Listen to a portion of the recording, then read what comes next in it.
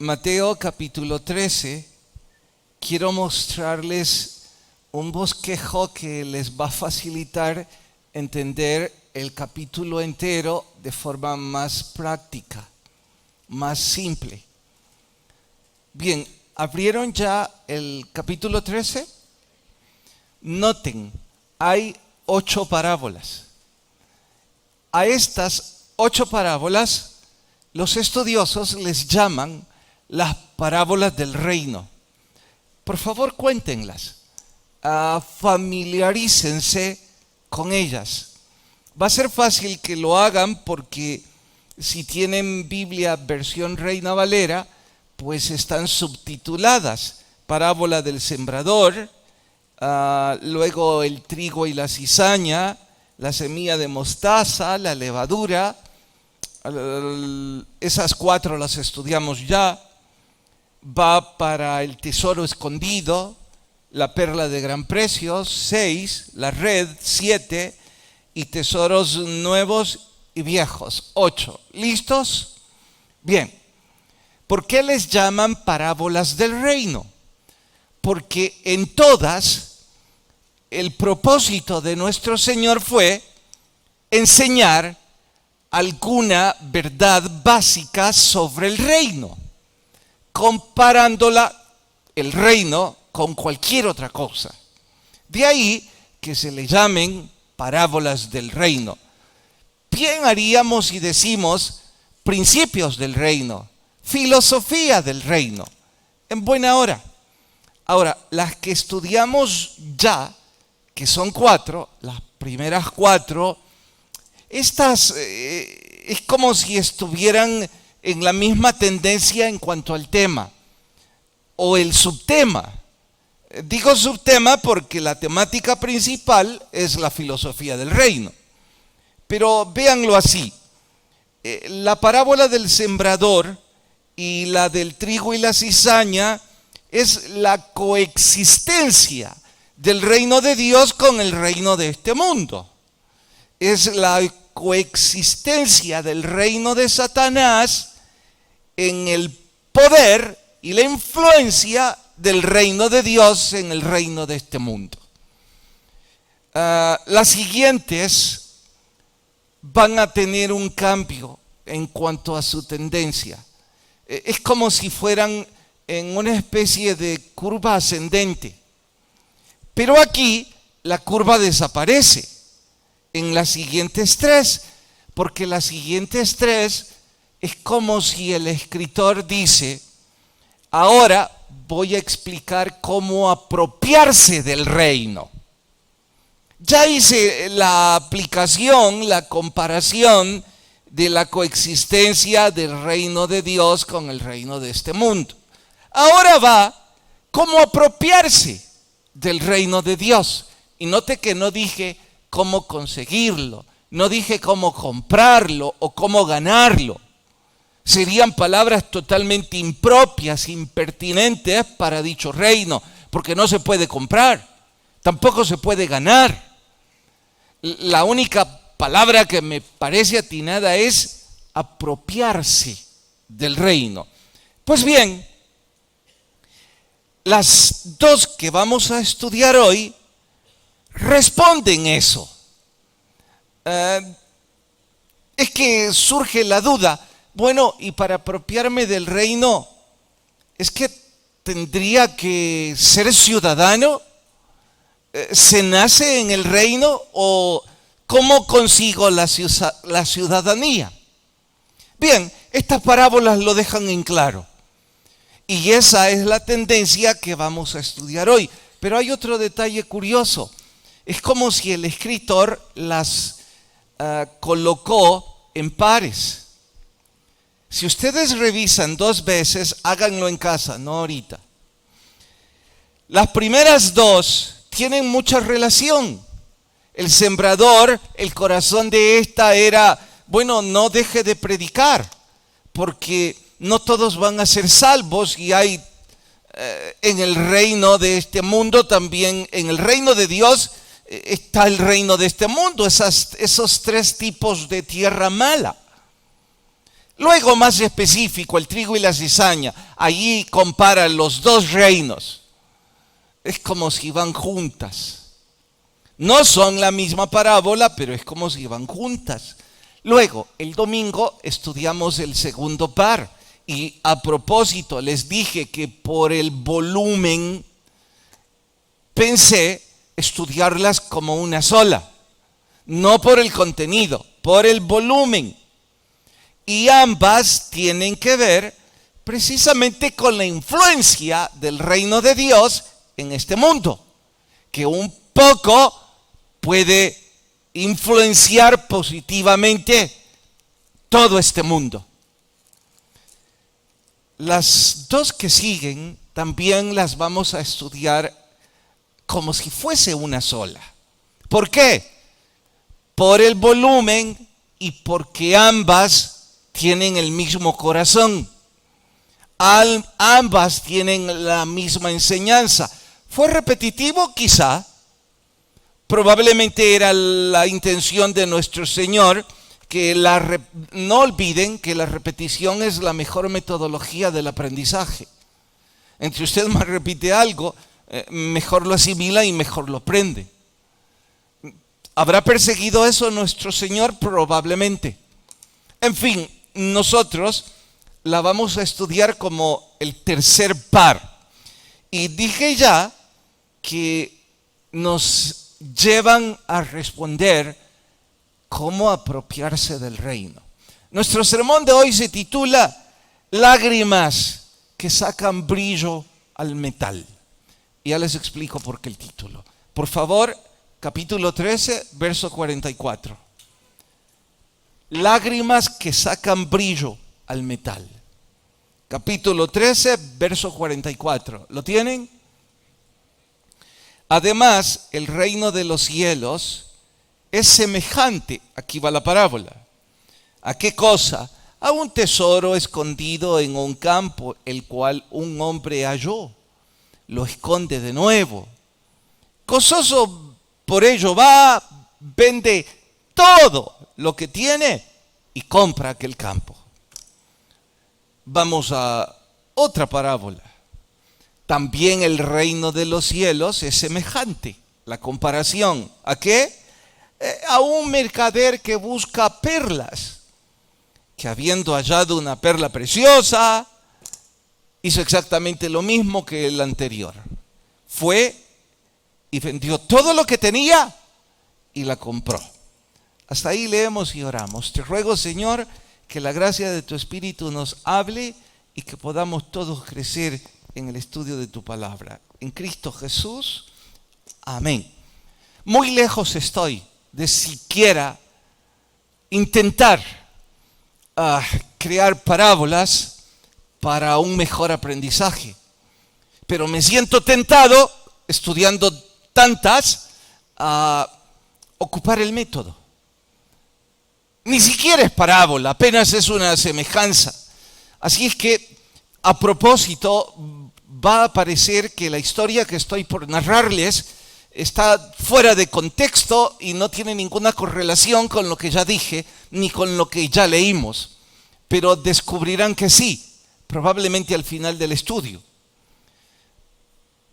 Por otro lado, creo que es una historia que debería ser obligatoria en todas las escuelas. El programa de educación de este país debería tenerlo como asignatura obligatoria. Yo creo que todos deberían saberlo, las nuevas generaciones, lo que estoy por contar. Aún más, pienso que será interesante para algunos que desconocen parte de esto. Y de paso, me disculpo con los que son de otros países, porque a lo mejor para ellos signifique poco. Pero, insisto, no estoy perdido. Solo estoy intentando usar una especie de comparación. Fue junio de 1977. Para entonces yo apenas tenía 8 años. Pero todavía recuerdo haber quedado abrumado, encantado por la inauguración de lo que a mi gusto fue la infraestructura académica más impresionante de este país. Me extiendo en decir creo que no se ha edificado algo mejor hasta la fecha.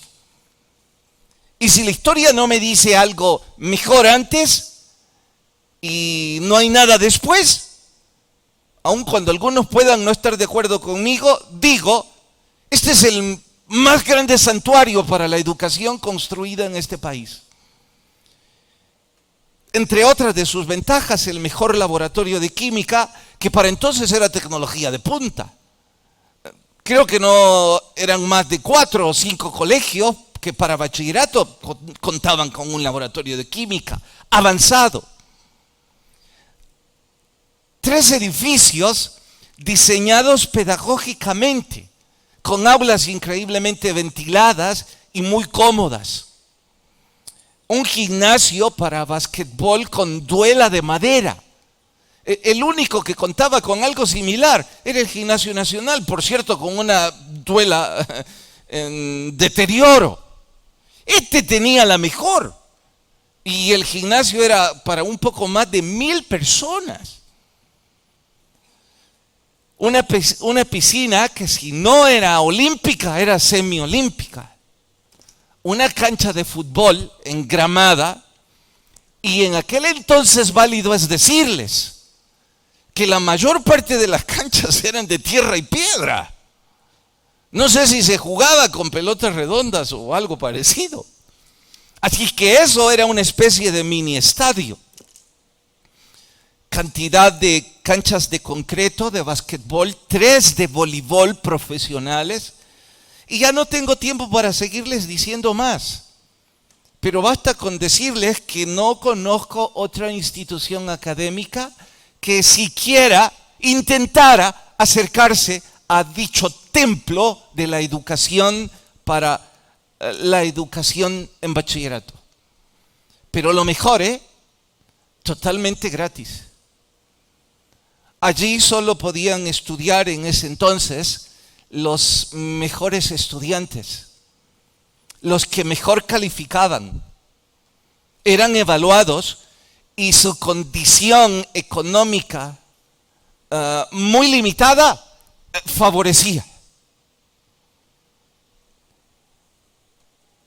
De allí se graduaron grandes glorias del deporte nacional, de los negocios y de la política de este país. Podría usar cantidad de nombres, pero no tengo el tiempo. Quien ordenó la ejecución de este santuario para la educación fue el coronel Armando Molina. Dijo en su discurso de inauguración que fue una gratitud porque él era exalumno de dicha institución. Si algunos se están preguntando todavía de qué está hablando el pastor, del inframen, a 1 o a 2 kilómetros de aquí. Si usted nunca entró, le invito. Aún quedan ruinas de todo lo que le estoy diciendo. Mi hija pequeña el otro día entró conmigo, bueno, yo entré con ella, y me dijo, papá, qué impresionante, no me imaginé que esto estaba aquí. Le dije, no he visto nada. Se preguntarán ustedes, los más jóvenes, bueno, ¿y qué pasó? La guerra. Fue inaugurado en el 77, en el 87, o sea, 10 años después, la guerra recrudecía. En el 89 fue la ofensiva final. No sé si fueron 5 o 10 generaciones los que pudieron disfrutar de tan bellísimo escenario. Ya hubiese yo querido poder optar a estudiar en una institución así, en donde por la mañana las mejores aulas, los mejores laboratorios, los mejores docentes, y por la tarde las mejores canchas jamás soñadas por un adolescente. Después de la guerra, las pandillas. No sé si algún día pensarán reinstalar remodelar o restaurar. No sería muy difícil, no sé por qué no se les ocurre. Ya pasaron varios terremotos y no ha hecho ni una pizca de daño a esos edificios. En fin, ¿por qué hablo con tanta pasión? Porque yo lo conocí por dentro, porque yo ya tenía mis primeros pasos en el básquetbol y alguna vez jugué en ese gimnasio y me quedaba anonadado, pero lo que quiero contar es que mi tío estudiaba ahí. Y una de esas veces lo encontré en la casa de mi papá con mucho afán, nervioso, apurado, limpiando la hebilla de su cinturón. Usaban una especie de cinturón y usaban una hebilla de metal que decía IN, Instituto Nacional. Pero lo hacía con tremendo apego, con entusiasmo, con prisa. Yo le dije, pero ¿qué te pasa? Él sonrió y me dijo, es que mañana tengo revisión de nuestro uniforme y esto es nota y yo no quiero perder mi beca y yo quiero estar ahí y así es que voy a cumplir. Y este metal, me dijo, es tan fácil que se llene de moho, es tan fácil que unas gotas lo ensucien y que se vea negro. Recuerdo como si fue ayer la pasta Brazo creo que se llamaba, y la untaba y la mezclaba con un poco de agua y seguía dándole brillo hasta que ese día relumbraba en su cintura. Bien, hoy digo con nostalgia, ¿por qué a alguien no se le ocurre sacarle brillo a esa institución? Allí está el gimnasio. Cierto, son ruinas ahora, pero no tendrían que invertir mucho para volverlo a la gloria que alguna vez lo acompañó. Allí está la piscina. Allí están esos edificios. No sé si a alguien se le va a ocurrir darle brillo a eso. Pero si a alguien se le ocurre, tendríamos que aplaudirle y agradecerle. Bien, dije que debería ser obligatoria esta historia en los libros de texto de nuestro sistema de educación. Es la historia de nuestra nación. Pero les puedo asegurar que hay cantidad de jóvenes que piensan que estoy hablando de otro país. Y peor aún, los que viven arriba del Salvador del mundo, hacia ese sector, no tienen ni la remota idea de que eso exista.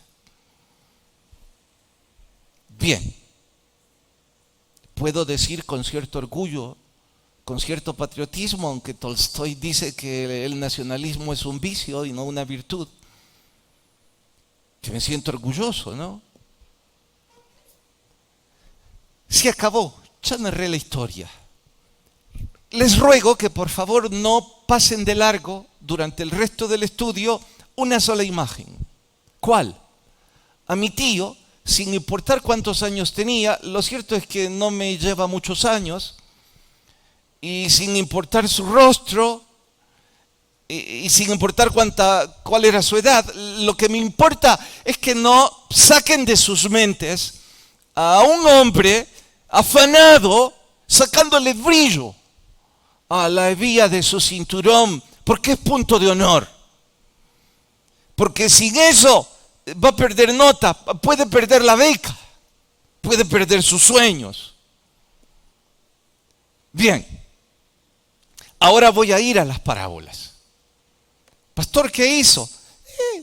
Les conté una historia, no más. Ahora vamos a la Biblia, a la historia narrada aquí. Contexto. Hemos dicho que hay que buscar tres cosas al estudiar las parábolas. El contexto histórico, la simbología cercana y el corazón de la parábola. Entonces, vayamos al contexto. Dos hombres que se encuentran un tesoro de inestimable valor. Para ellos lo ponderan de tal modo que no escatiman, venden absolutamente todo lo que tienen. O sea, ellos tenían algo de valor, no les importó, lo venden para poder conseguir lo que han descubierto, un nuevo tesoro. Ambos hacen exactamente igual. Uno es una porción de tierra y el otro es una perla, pero ambos hicieron lo mismo. No hay más que descubrir. Esa es la historia. En cuanto a la simbología, les dije cuando empezamos a estudiar las parábolas que hay que tener cuidado con intentar alegorizar cada detalle o querer interpretar como si usted es un intérprete de sueños, porque corremos el riesgo de ir al borde de terminar siendo agoreros, adivinos o charlatanes. Es mejor lo que está aquí ya en la Biblia y apegarnos a no ser, como en las parábolas anteriores, que haya un listado de simbología. En este no lo hay. Ustedes dirán, pero sí lo hay. Ahí hay un hombre, hay una perla, hay un tesoro. Bueno, eso es obvio. Pero cuando digo cuidado a la simbología, lo digo con relación a esto. Si prestaron atención a lo que acabamos de leer, dice que el primer hombre descubrió en una parcela un tesoro. Lo escondió, fue a vender todo lo que tenía y regresó para comprar la parcela de tierra, no el tesoro. Es decir, compró una propiedad con vocación minera, con vocación de pozos de petróleo, a un precio de una porción con vocación agrícola. Ridículo. Se sacó la lotería. Pero dirán ustedes, si quieren interpretar cada símbolo, qué poca dignidad, qué poca honestidad, esto es inescrupuloso. Dije, no se aventajen a querer poner en cada detalle una simbología desconocida. Es obvio que en ambas parábolas la intención de nuestro Señor no era hablar sobre la vocación de esa tierra. Es obvio que nuestro Señor no está interesado en la perla y en el tesoro y de qué están hechos. Es obvio que lo que quiere enseñar nuestro Señor es la actitud del hombre. Bueno, de los dos hombres. ¿Cuál? Que al encontrar el más grande tesoro, venden todo lo que tienen para poder apropiarse de ese nuevo tesoro. Entonces, el corazón de estas parábolas es la urgencia de apropiarnos de esos tesoros.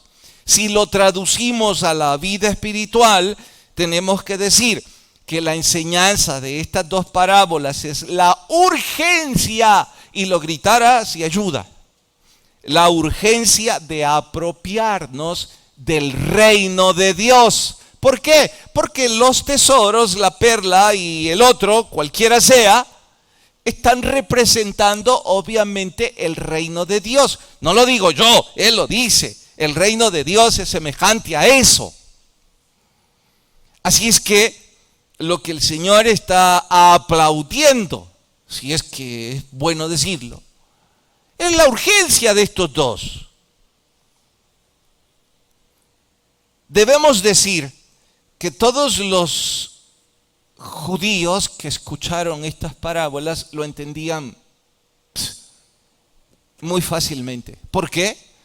Porque ellos tenían como su más grande sueño, su más grande ambición, su más grande tesoro, el reino del Mesías príncipe.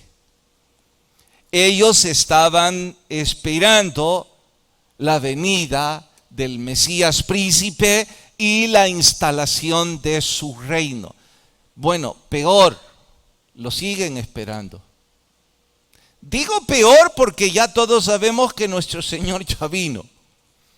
Y ya todos sabemos que su reino ya fue instalado. Así es que ellos sabían que nuestro Señor estaba hablando de que esos dos hombres ni siquiera vacilarían un poco para vender todo lo que pudieran con tal de apropiarse del reino de Dios. Igual que cualquier judío, ¿no? Esa es la razón por la que pelearán a muerte por la tierra que ocupó el templo de Salomón. Porque la esperanza de ellos es la instalación de ese reino mesiánico. Y saben que eso es punto de honor. Bien. Ahora apliquemos un poco esto a nuestro diario vivir. Cuando un hombre o una mujer hoy día descubre el reino de Dios, cuando una persona descubre el Evangelio de Jesucristo, cuando un hombre o una mujer ve la gloria de Dios a su alcance, nuestro corazón se desborda, se abre, hay lágrimas y decimos, ¿cómo no conocí esto antes? Y con ansias, con desesperación, con urgencia, intentamos apropiarnos de ese tesoro, porque es lo más grande que pudo habernos sucedido. La salvación de nuestra alma, la restauración de nuestro espíritu, el reencuentro con nosotros mismos, el respeto primero para nuestro Dios, para nuestro prójimo y con nuestra misma entidad o identidad. No hay nada más valioso que el descubrimiento del Evangelio de Cristo. Pero aquí vienen dos grandes problemas que hay que resaltar. El primero es semejante al pueblo judío. Ellos no creyeron que Jesús y su iglesia eran ese tesoro. Y por ello los rechazaron. Usted va a decirme, bueno, ese no es mi caso, pastor. Yo sí creo. Si usted tiene razón y usted sí cree que el Evangelio de Cristo, su palabra, su reino, su gobierno, la vida en iglesia, es el tesoro más grande en su vida, entonces yo tengo que preguntarle y preguntarme, ¿pero por qué entonces lo descuida tanto? ¿Por qué tanta displicencia? ¿Por qué tanta flojera? Si eso es lo más valioso que usted tiene. Bueno, eso es lo que dice, que eso es lo más valioso. Pero mire cómo usted pone en primer lugar negocios, familia, recreo y 10 cosas más. No, pastor, no exagere, yo no pongo eso en primer. ¿Cómo no? Si en esta iglesia solo el 20% de los asistentes están involucrados en un ministerio, el 80% de ustedes está cómodamente sentado escuchando esto y diciéndose una gran mentira. ¿Cuál? Que el reino de Dios es el tesoro más grande en su vida. Mentira.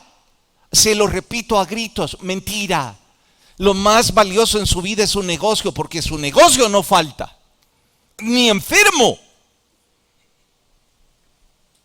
Con sus compromisos familiares no falta. Con sus compromisos de recreo no falta. Pero mire, testifique aquí, póngase de pie ahora, cuéntele a esta congregación y todos aquellos a quienes nos debemos, ¿cuál es su ministerio? No lo tiene, se lo va a inventar. ¿Qué? ¿Me dirá que yo estoy interpretando mal todo esto y lo estoy aplicando mal? Bueno, no me sorprende. Alguna excusa se va a buscar para auto lastimarse. Porque yo qué gano con que se defienda ante mí y que su argumento resulte superior a lo que acabo de decir. No gano nada, ni que su argumento sea bueno o mejor, ni gano nada con que usted empiece a servir. Porque el hombre que encuentra el tesoro y lo pondera como lo más valioso, vende todo lo que tiene por ese tesoro. Usted no vende ni sus zapatos. Usted no vende pero ni la mesa vieja esa que tiene ahí que no quiso traer a la venta de garage.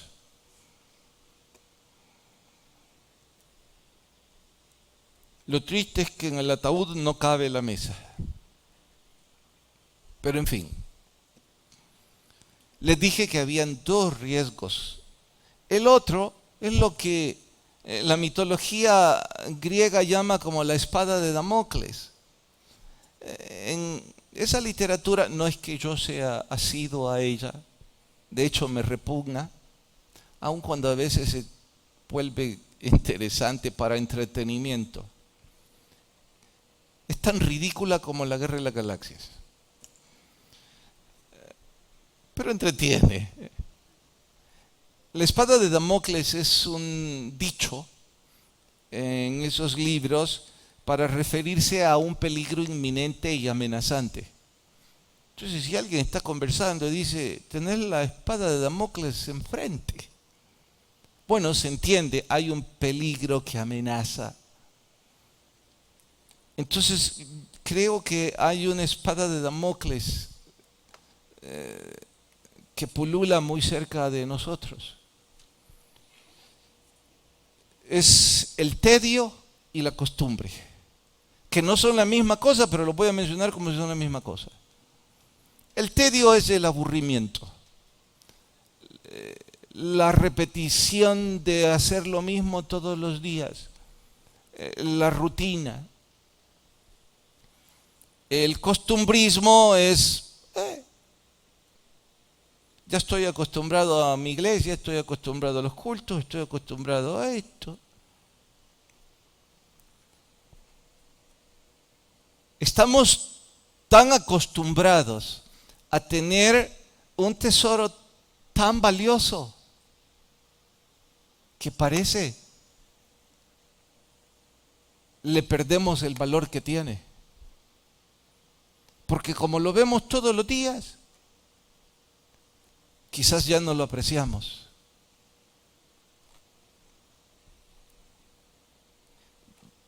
Pondré un ejemplo de lo que estoy tratando de decir. Llego a otro país y encuentro hermanos lejanos que viven ahí. Al saludarme, lágrimas empiezan a correr por sus mejillas y me dicen, ¿cómo extraño mi iglesia. Al principio yo suponía que era un poco de nostalgia, un poco de sentimiento de familia, porque hasta que me quité la gana y le pregunté a un amigo, mira, en este país están las mejores iglesias y los mejores predicadores jamás soñados, y están cerca de tu casa. Ahora tenés dinero, tu casa es bella, tus carros, tus hijos están bien, tu esposa. Vos estás bien, mira dónde me trajiste a comer y me estás diciendo que pida y pida, como ya sabes que no como. Yo pedí. Y yo le estaba haciendo bromas. Le decía, ¿por qué no me decís pedí en el almacén? Aquí en el restaurante me dijiste pedí. Y él dice, no, vamos después al almacén. Y yo sonrío, ¿te das cuenta? ¿Estás bien? ¿Por qué decís que tu corazón se desgarra y que lloraste cuando me viste? Carlos, el sentimiento era real. Me dijo, ¿qué? Yo no te creo. Allá ni caso me hacías. A la iglesia faltabas cuando te daba la gana. Te llamaba y te enojabas conmigo porque yo parecía entrometerme en tu vida. Tu ministerio lo dejabas a cada rato. Y ahora me venís con esto. Él me dijo, hasta entonces empecé a ver con seriedad. Oro que nunca vayas a estar en mis zapatos. No te lo puedo explicar. Se sufre, me dijo. Es como si parte de tu corazón no está completo. Añoro como no te imaginas sentarme en esa silla de plástico que siempre se abría en dos. Ya no están, le dije. Añoro, me dijo, aquel hermano que me regañaba por parquearme donde yo quería. Añoro escucharte predicar, pero más añoro escuchar servir a mi Dios. Lo intento aquí, lo hago, pero no es lo mismo.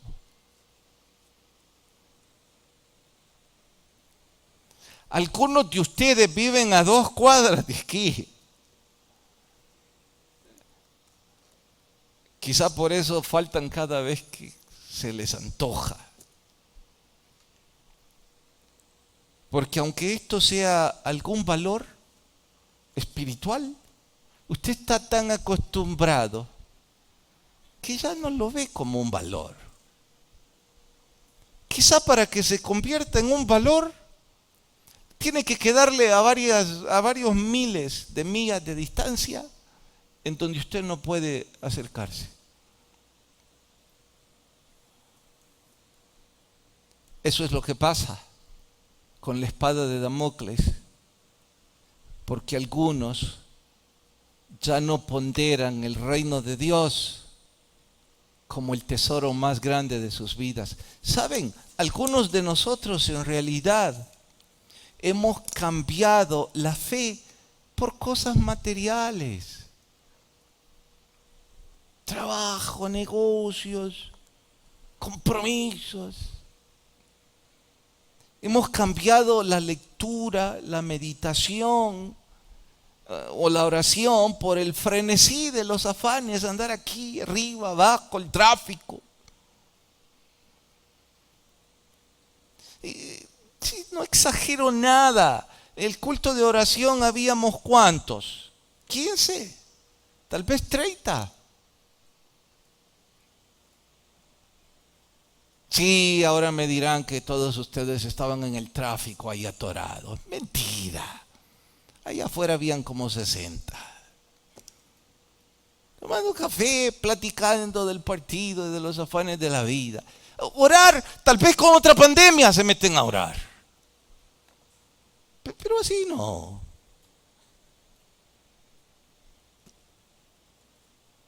Han cambiado la sinceridad, la honestidad y la sonrisa de su rostro, la paz, por raíces de amargura, por resentimientos, por cóleras, por ser calculadores. Y lo que es peor, olvidan que la sinceridad, la honestidad, la sonrisa en el rostro es una medicina para nuestro cuerpo. En contraste, el resentimiento, el afán, el estrés, la amargura, es un cáncer en su cuerpo. Le está matando. Pero preferimos eso antes que en humildad recordar el reino de Dios y cuidarlo como el mejor tesoro. En fin, en resumen, algunos quizá hemos cambiado al Señor por ídolos de barro.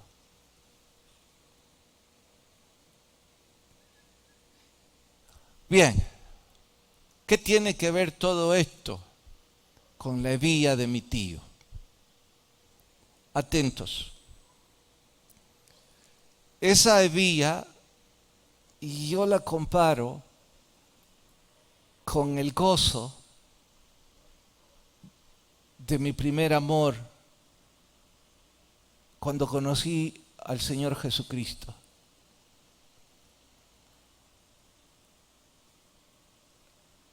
Yo quería estar en todo. Si habían 7 actividades en la semana, cada día quería estar ahí. Cada predicación, aun cuando el predicador no dijera nada, yo recibía. Si me invitaban a leer un capítulo, leía 2. Oraba, venía temprano y adoraba al Señor. Habían lágrimas en mis ojos cuando estaba cantando. ¿Qué me importaba que cantara bien o cantara mal? ¿Y qué me importaba los que estaban aquí al frente? Mi vida brillaba. La gente en derredor me decía, ¿por qué estás diferente? ¿Te sacaste la lotería? Sí, mejor aún. Encontré a Cristo Jesús. Encontré su reino.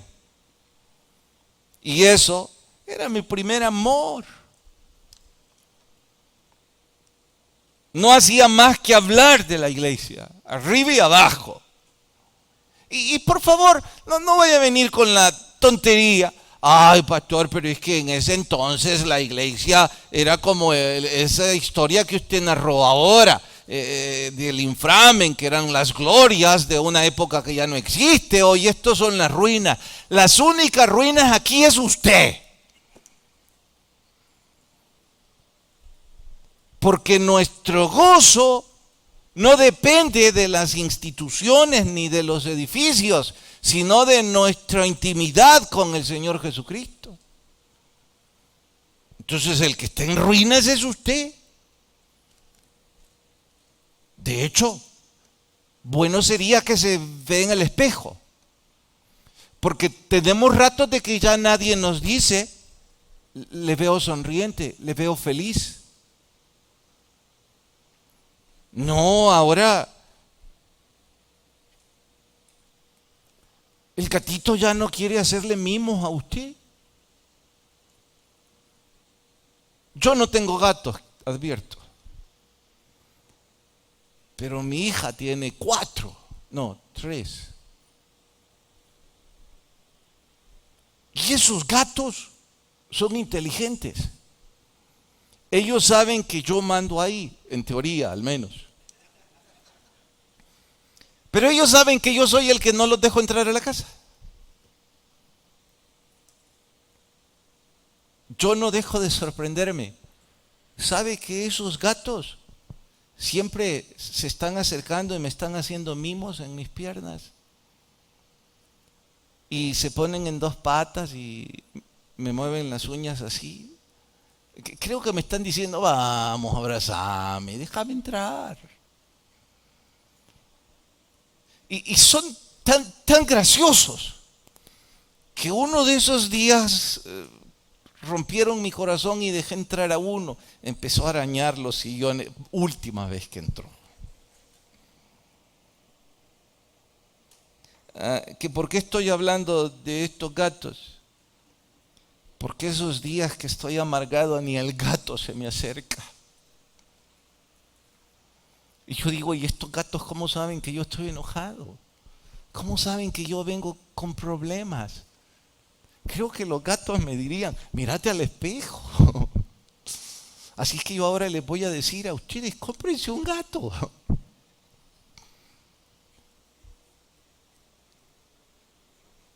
Bueno, este es el punto.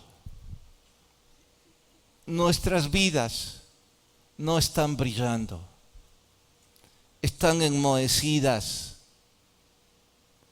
por el materialismo, por nuestros caprichos, por nuestros desvaríos, por nuestros pecados. Y ese metal se ve negro, se ve sucio, es repugnante. Y la única forma de que eso cambie es con lágrimas de arrepentimiento. Que vayamos en oración en la intimidad de nuestro hogar y de rodillas le digamos al Señor, Señor, yo no he estado valorando el reino de Dios como el tesoro más grande en mi vida.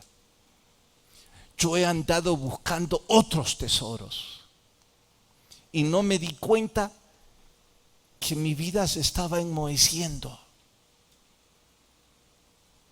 Y ahora con estas dos parábolas y con la imagen de ese hombre afanado en darle brillo a ese día, ahora yo me veo afanado en que la gracia de su Espíritu le dé brillo a mi vida.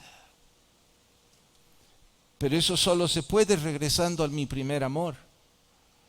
Y eso solo va a suceder si me arrepiento.